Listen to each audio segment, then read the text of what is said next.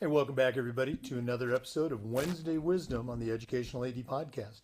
We're going to be right back with this week's guest, but as always, we're going to give a shout out to our sponsors. Now, you've heard me say many times, these are all great companies, and they are. You should be using them too. So take 3 minutes, listen to our shout outs, then listen to our interview, and then go and visit these sponsors. I'm telling you, you're going to be glad you did. Here we go. We want to say thanks to our good friends at Sideline Interactive Indoor Score Tables and Video Boards. Go to sidelineinteractive.com and you can schedule a live web demo to see their products in action. Probably one of the best equipment purchases I ever made was our Sideline Interactive Indoor Score Table. We use it for home games, of course, but we also use it for pep rallies and signing ceremonies. It's tremendously versatile, and their customer service is just outstanding. Go to sidelineinteractive.com. Schedule that live web demo today. We also want to say thanks to Huddle. Go to huddle.com and find out how to turn your school into a Huddle school. As a football coach, I used Huddle for years. As an AD, I made sure our school was a Huddle school. And our coaches, student athletes, even our parents just loved the tools that Huddle provided. Join all the users, over 100 million, and turn your school into a Huddle school. We want to say thanks to our friends at Home Campus. Scheduling, rosters, results, facility scheduling and management. How about athletic eligibility and clearance? Home Campus does all of these things, and it does it better and faster than the other platforms. Go to homecampus.com. Mention you heard about it on the podcast. That's homecampus.com. We also want to thank Beacon Creative and Vital Signs Wall of Fame. Now, Wall of Fame has been helping schools bring their legacy to life for over a decade, but Beacon Creative takes it to the next level. Beacon Creative is going to take your content and create compelling stories that you can then upload to your digital media platforms, and you don't even have to lift a finger. I want you to email John Townsend. That's John, John, at beaconwalloffame.com. Check them out today. Beacon Creative. They're going to help you go next level. We also want to thank Hometown. Hometown continues to be the leader in things like digital ticketing. They're still the number one provider. How about athletic website construction, fee-free fundraising, and a whole lot more. Whether you're a principal, an athletic director, even a head coach, Hometown is going to provide you with solutions to save time, to raise more money, and to bring your entire community together. That's hometown.com. Check them out today. We also want to say thank you to Gipper. Go to gipper.com and let their team turn you into a social media marketing guru. Your athletic department, your athletes are doing great things, and you need to share. Let the team at Gipper make your program look like a D1 champion. Access thousands of professionally designed templates, put them in your colors, your logos, your branding. You'll find it all at gipper.com. And as always, don't forget to mention the podcast. We want to welcome a new sponsor to the podcast, Booster Hub. Booster Hub is the #1 Booster Club software available today, and it's such a time saver, such a game changer, you really need to check it out. Simplify your communications. You run everything through one platform, collecting dues, charging for concessions, your online sales for spirit gear. Booster Hub allows your boosters to not just be effective for the Booster Club, but to also enjoy the athletic experience as fans. Okay, no more falling through the cracks when a booster leaves. Booster Hub really changes the game for Booster Club operations. Go to boosterhub.com for more information. We want to thank our good friends at Ohio University and their online masters in athletic administration. Now, I didn't get my master's through the Ohio program, but my assistant AD did, along with thousands of others. And while they were earning their degree, they also completed 11 NIAAA leadership training courses at no extra charge. Check out Ohio University and see what they can do for you with their master's in athletic administration. We want to say thanks to Athletic Surveys by LifeTrack. At my school, we use surveys for everything: student athletes, coaches, parents, and the information that came back on these surveys was almost always over the top positive. I'm talking 98%. We still got to hear from our squeaky wheel parents, but the surveys allowed us to hear their concerns, typically address their issue before it became something big. But going back to that positive data, tremendously valuable resource, especially when you're visiting with that frustrated parent, or maybe your principal, or sometimes even your school board. Go to athleticsurveys.com. They're going to create a custom survey that lets you take the pulse of everybody in your program. That's Athletic Surveys, and as always, don't forget to mention the podcast, athleticsurveys.com. Welcome back, everybody, to the Educational AD Podcast and another segment of Wednesday Wisdom. If you've been listening to the podcast recently, hopefully you're going to remember our guest's interview from a while back. We're going to be visiting today with Kate Fitzgerald. Kate was, I'm going to say she was interview number 686. Hopefully I got that right. She has a tremendous background in athletics. She was a Division I athlete at Arizona State for 4 years. She was also a member of the Student Athlete Advisory Committee there. She's also, I hate to say this because she's starting her career. She's an NIL pioneer. Okay, she was one of the leading athletes for securing her own NIL deals. She'll talk a little bit about that. She's a founder and a co-founder. She founded her own company, Volleyball America. She's going to talk about that. She's the co-founder of an organization called SportX, and she's just taken the world by storm. So Kate Fitzgerald, welcome back to the Educational AD Podcast. Thank you so much for having me. I'm very excited to be back for a Wednesday segment. Well, for listeners who might not have heard your initial interview, Yeah. give us a little bit of a review. As I like to say, tell your life story in 2 minutes. Let them know about some of the things that I just kind of threw out there about from your background as an athlete, as an NIL person, and as a founder and co-founder of a couple of companies. Definitely. I think it's so funny to me hearing that because it just sounds like way more than it's just been a fun ride. It's been a very, very fun ride. Never would I have expected. I actually walked on to ASU my freshman year because I graduated high school class of 2020. So everything COVID. Ended up walking away from a scholarship to a university. They just weren't investing in the sport anymore due to COVID and walked on to ASU.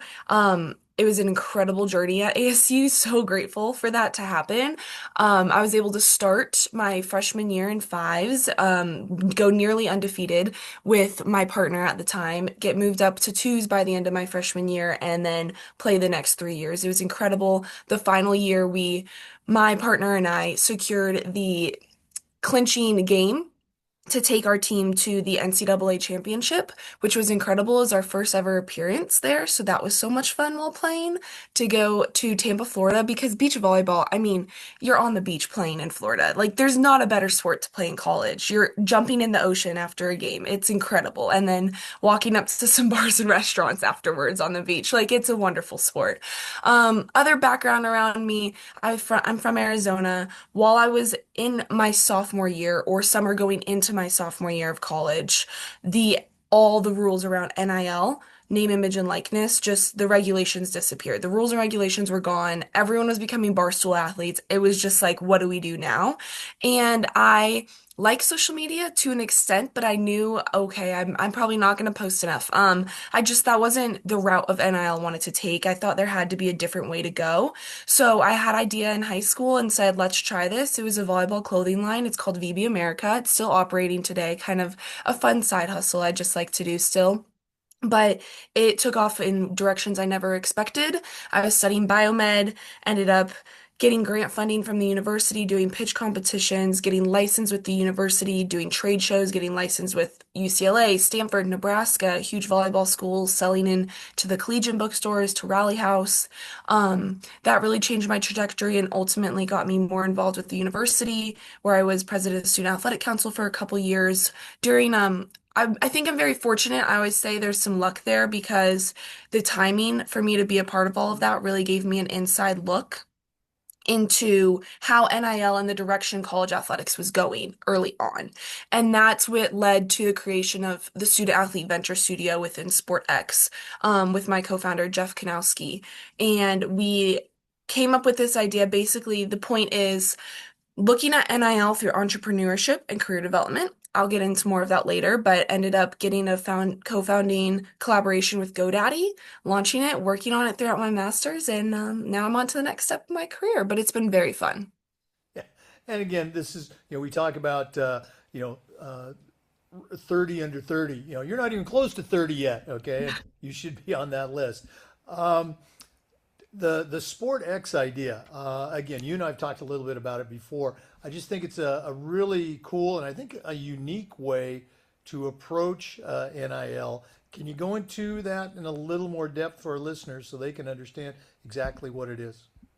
Yes. So looking at NIL, I'm a huge proponent of NIL. I think that it's incredible that it's been added, but I do think there are a lot of risks, obviously.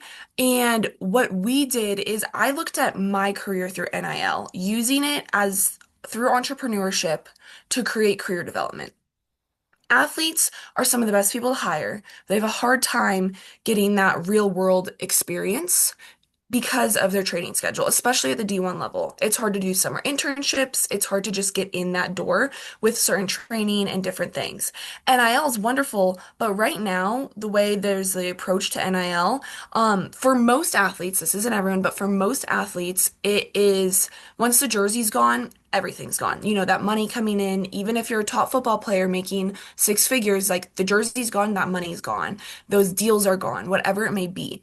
And so, I wanted to say, what is a way we could prepare them for life after sport? And that was the idea of like, that was kind of where it started. Then what happened was my experience as a student athlete. I had the idea for a company, went through pitch competitions, built a company.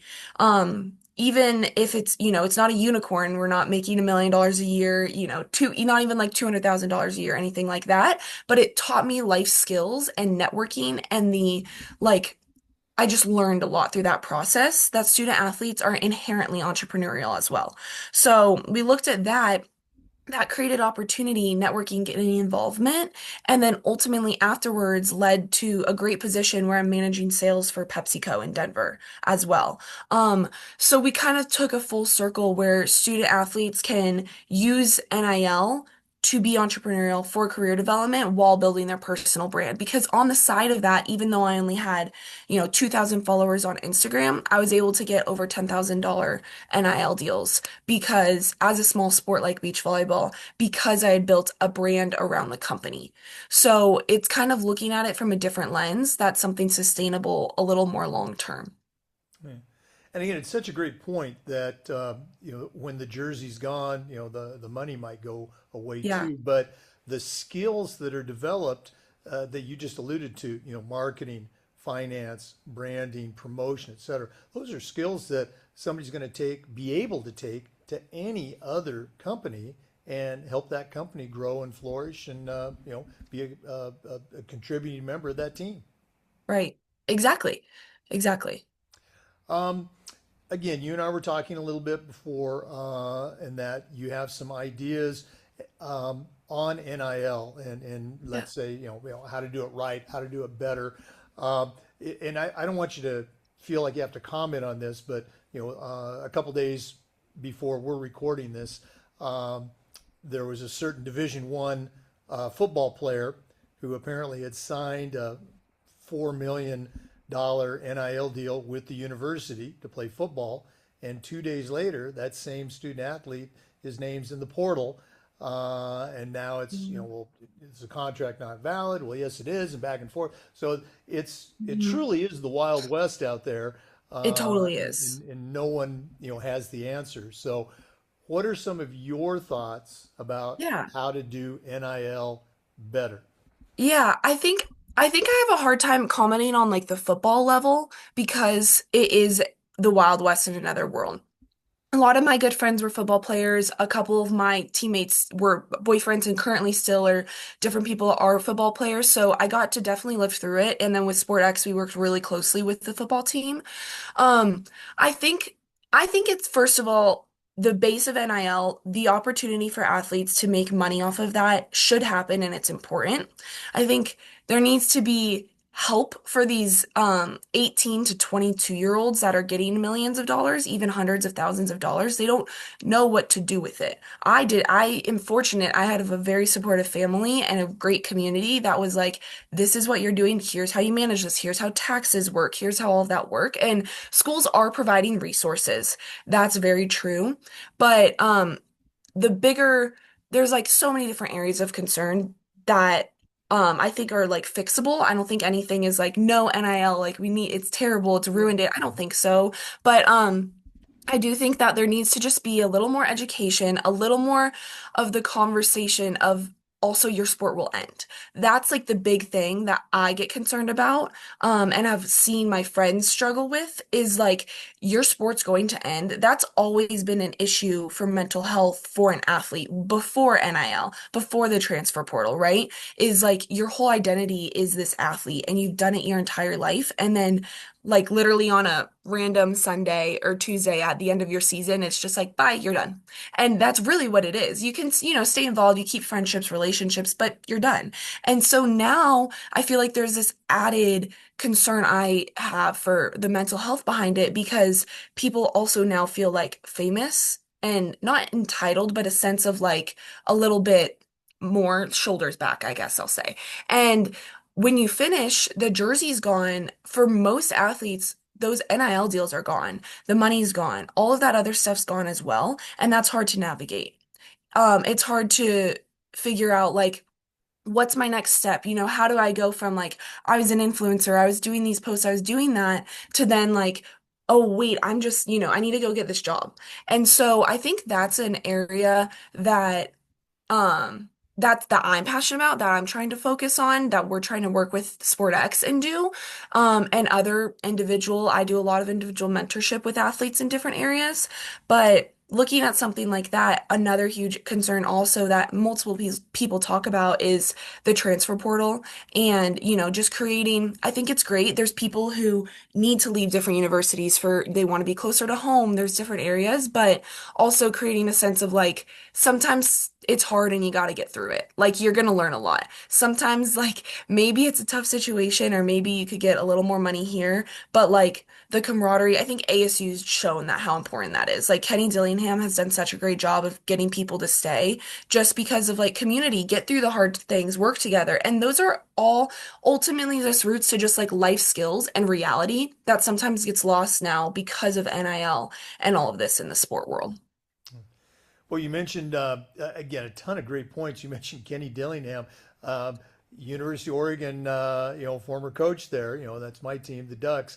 But he's done. It seems like he's an outlier in these Mhm. coaches that get these tremendous salaries. But it seems like he's taking that money and it's filtering down to his assistants, to people in the athletic department. I don't know how deep it goes, but I've seen a number of articles, talking about how he takes care of, the people in the program. Is that a fair statement? Oh, definitely. Mhm. Definitely. I think like yeah, there's needs to be a team. It needs to be a sense of a team, right? Like that has to be there. There has to be that community and that support. I'm curious, and again, I'm two or more generations removed from you, so I'm coming at it from a much different perspective. Um, Anybody who ever played junior high, high school, even on to college sports, we can leave the pros out of it, but anybody who's ever played competitive sports, Mhm. their sports career has ended. Exactly. Everybody, is now suddenly, I'm no longer on a team. Hmm. And yet back in my day, 100 years ago, I went to high school in both the '70s and or both high school and college in the '70s. I graduated college in 1980. So when our careers were over, they were over, and hey, I guess it's time to get a job and we move on. And Right. there didn't seem to be this, oh my goodness, what do I do? I'm no longer an athlete. Right. Um, how how did we get to this point now? And I'm not trying to make light of it. On Mhm. one hand, it's hey, suck it up, Buttercup. Get on with your life.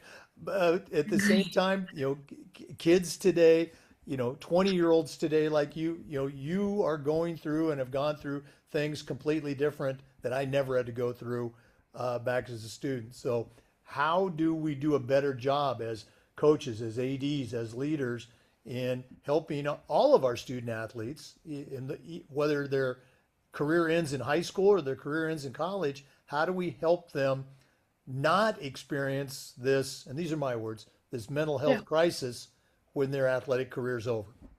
I think the biggest thing is just like, first of all, bringing in, and I know this sometimes sounds cheesy, but bringing in the conversation of like, you are more than an athlete. People forget that. Also to remember, like, to also have be grateful and be like, I'm getting to play this sport and this is cool and this is a fun opportunity, right? I mean, originally the start of being a college athlete, or a high school athlete trying to become a college athlete was to get your school paid for. Mhm. Like that was what it, is to get a scholarship to get an opportunity at great education, or, to get high training and end up playing professionally for those that can, for the sports that can.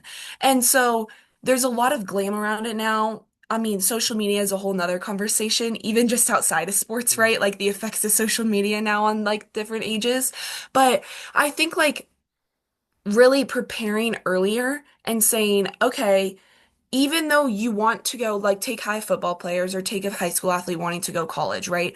Those are two pretty high, like getting into the NFL, getting to become a college athlete, especially a D1 college athlete. Those are small percent opportunities. So saying go for your goal 100%, try for it, give all your effort. I think it can happen for you. I hope it can happen for you. I believe in you, but also in case, let's find out something else. And also, it usually makes them better at their sport too. Like being a dual athlete or having something that you're also focused on that can kind of take your away attention because everyone has bad practices, everyone has bad days, bad games. Like having something else you also can like kind of enjoy, whether it's just family, friends, or knowing you're more than just this sport is going to help. Um, just help the transition be easier. Obviously, pro athletes, like that's your world, that's your sport. Look at the Mamba mentality. It's incredible and like it should be, but you should also, athletes have the ability to apply that to their life otherwise as well. And so I think just like the encouragement to go for the goal while also reality of like, you could get injured. Something could happen. Maybe this coach just, it doesn't work out. Something might not work out. And not to sound pessimistic or negative, but it's just like it's the world and it's reality. And either way, even if it does work out, it's still going to end. We tell our college athletes, especially the football team, like if you make it pro, either way, that will end one day. Like you won't be 70 playing pro football. That's, it's going to end. Right. And so it's like start building something for yourself so you have it. Whether that's like in high school, what degree are you going for? Think about that as well. Like you're going to be a college athlete, but also what are you studying? If you're a college athlete now, what brand are you building for yourself? How are you networking? How are you leveraging NIL to help after the sport's over? So those would be kind of the two areas that I would focus on. All right. Again, makes perfect sense. Great stuff. That's why we bring you back on the podcast because you got all these great answers. I'm going to put you on the spot now. Okay. Okay. You on your interview, you shared your journey at Arizona State, and there were a Mhm. couple of bumps in there. Oh, definitely. Okay. Um, but you came back. You guys competed. Pac-12 championships, NCAA tournament, Hmm. and oh, by the way, you were successful with putting together your own NIL package, which is now Hmm. developed into director of sales for Pepsi and other things. So you were an elite athlete, but I haven't heard any. Oh my goodness, what am I going to do? I'm not going to be a volleyball player anymore.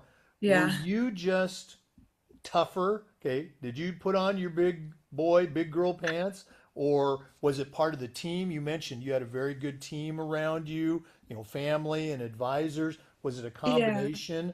Um, you know, I guess not Mhm. every student athlete, high school or college, is going to have, and again, these are my words, Katie Fitzgerald's toughness or grit. Uh, do we have to just be more intentional about addressing this, as you said, bring it into the conversation? I don't, What was the difference for you? I think it's a mix of a couple things. So first, I want to answer like a tough spot in school. Like they're going into my junior year. I was like launching VBA and it was fun, but I was pretty like back in my mind determined to be done after my junior year playing. And I was like, I can't do this sport anymore. Loved it, but it's just, I mean, there's difficulties being a college athlete. You have, whether it's your coach that it's hard, your team, like there's parts of that like that's the reason people are transferring often. I want to transfer, and I was like, I'm gonna transfer, or I'm gonna, focus a little more on nursing. That's what I actually studied in undergrad was bio to do nursing. So I was like really thinking about that. And honestly, what kept me at that time in the sport, to answer your question on a back end of like, when I was reaching like burnout and I was like, I don't want to do this right now, or it's just like anyway, reaching burnout, um, the extracurriculars at the university is what kept me at that university. I was having difficulties with my coach, other factors. And so the being involved in SAC, the support of ASU on the business, their nursing programs, like the other factors of the university itself and my friends there, honestly is what kept me then in the sport going. And I'm so grateful I did because then of course you always bounce back, right? Athletes come back from burnout. So on that end of the question of like toughness and getting through it from a burnout standpoint when you want to be done, that's the importance of having other things. And then on the opposite end of the spectrum, when I finished, what was hard for me, which really, helped this click and started conversations with my friends, is I was getting a lot of NIL opportunities my senior year to do commercials with banks, sit-in signatures with like, football players who have tens of thousands of followers because of the brand and other things. When we brought on GoDaddy's partnership, and this GoDaddy's amazing. This is just kind of more story wise. I was still a student, but I was coaching. I was getting my master's, so I was a grad assistant to get my master's. And I was out of eligibility to play. So I we're creating these deals and this story advertisement for GoDaddy about the athlete journey, how this can help the athlete journey. And my journey was a basic story and they wanted to support it, right? And they want to share it out. And they did, and to an extent, an amazing job. But to get that actual NIL deal, right, of like, here's a commercial we're going to make for you, I didn't have the jersey anymore. And that's when it really hit me because I was still a student, I was still coaching, I was still involved. I was like, okay, the second, I graduate and this is done, I'm gonna work hard. I'm still the same person. I'm still doing the same initiatives. I'm still building the same like company or programs, but I'm not an active athlete. So half that story is gone and half of that like kind of that jersey's gone. And so when that hit, it was definitely like a race. I was like, okay, what am I going to do now? How can I stay involved? What can happen? And it was hard to let go. It was hard to be like, wait, but I'm still the same person. I'm still the same person. I can still play volleyball. I'm just out of eligibility. Like I would if I could. And so for what changed me was recognizing it and being like, okay, I'm not an athlete anymore. That NIL deals like they're not going to come in, and kind of something that's said in entrepreneurship that I was told by a mentor is it's also just as smart to know when to pivot or walk away from something. And that I think is the hard part people have nowadays is letting go of whatever it was, especially now with like the feeling of fame that's tied to college athletics, right? You're getting like all of this fun stuff. You're getting pampered. It's so amazing. And so it's like, and you're with your best friends. Like, why would I not want to do that as long as I can? But we have to grow up and we have to go to the next stage. So I think like partial like reality. I have very supportive but real parents, and they're like, yeah, no, next state, you're not in what's next. You can't just stay in this limbo. And then like just recognizing it and saying, okay, this is great till here, but I have 50, 60, 70, if you have so many years ahead of you, what do you want to do for that? And let's take what I have now and the opportunities I have made through college, being a college athlete to be able to have a great next 50 years or 30-year career, whatever it may be. I was kind of long-winded. I apologize. No. I got all over the place, but does that kind of help answer the question? And that's like, it definitely was hard for me. It definitely hit. I had a tough volleyball final year. I was benched at times, back in at times. Like, I remember that last year. I like smile thinking about it now because it's like so, great in the scheme of things. But so it's definitely a little easier to be done with the sport because I was ready to be done with the sport itself. But the aspect of being a college athlete, that was sad to get be done with. Yeah, but again, no, you did a great job, by the way. That benching that you had to go through, you didn't just go into a hole and go, oh, poor me. You fought back and you ended up, as you said, playing and winning that clinching game for your Yeah. team to go on. So we're Yeah. we're getting to see Kate Fitzgerald. You're getting to see Kate Fitzgerald is life play out in real time. We're not looking back at this. These Mhm. things are happening as we speak. And again, it's just so cool to see, the things that you believe in, with NIL, et cetera. You're kind of living it out. So you're talking the talk Yeah. and you're walking the walk. I guess, is there, I'm showing my ignorance, is there a pro beach volleyball league? I mean, could you go pro if you Yeah. wanted Oh, to? Yeah. yeah. There's a huge AVP. There's so much. And actually now, like, so Love Volleyball launched, and that's indoor, but I think they've at this point easily had to have raised over $200 million, I think, Mhm. probably more. And they're a pro women's volleyball league. Like, there's so many opportunities to go pro. I have good friends whose families are pro in beach volleyball. It's not the NFL, like, it's not like Sure. NBL or. Anyway, it's not going to take you, it's a little harder to make a lot of money right off the start. Love is really helping support that. And that's a whole nother conversation is like the growth of female sports, the growth of opportunities to play professionally after college. I think NIL has helped create more opportunities for people to play professionally after college, because there's just more eyes. But yeah, I didn't want to go pro. My freshman year, I did. I came in as a freshman. I was like, oh, I'm going to be a pro beach volleyball player. But by the end, I was tired. My body hurt. I was like, I want to for like the girls will get it, but I was like, I want to go do some Pilates or like just not like I was ready for the next stage of that for sure. That just sounds kind of funny, but definitely, or like go for walks. But yeah, yeah, No, well, hey, and again, you found this calling, and you're certainly making the most of it. Maybe that can be our next segment when we bring you back. You can talk about pro volleyball opportunities. yeah. Um, so many things that our listeners could and should get in touch with you and add you to their network. Volleyball America, SportX, and just Kate Fitzgerald. If one of our listeners did want to reach out and connect with you, pick your brain, or add you to their network, what's the best way they can do that? Probably LinkedIn.